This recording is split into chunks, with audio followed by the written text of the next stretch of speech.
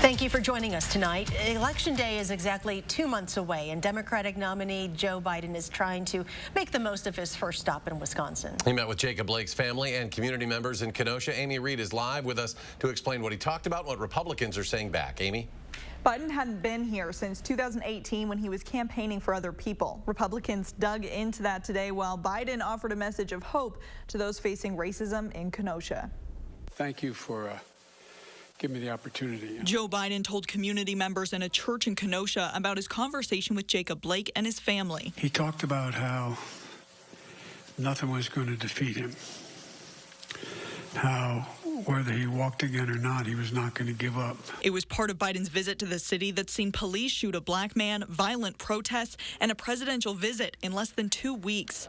A firefighter, lawyer, alder, and mother talked to him about the problems they see, begging for a solution. We hear so many people saying, oh, we're going to give you this, we're going to give you that.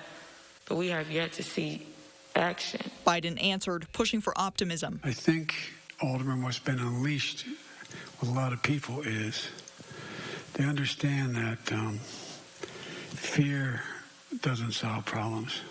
Only hope does.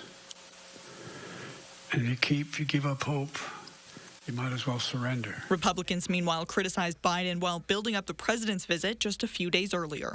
Thankfully, President Trump came to Kenosha and he gave Kenosha the assistance they needed, along with others from throughout the region, across the state and across the country. That combined helped stop the violence. It brought calm and law and order. They questioned where Biden has been. Just 2 weeks ago, the Democrats said that science was what prevented Joe Biden from coming to Wisconsin, coming to Milwaukee, as you talked about, Governor, to the DNC.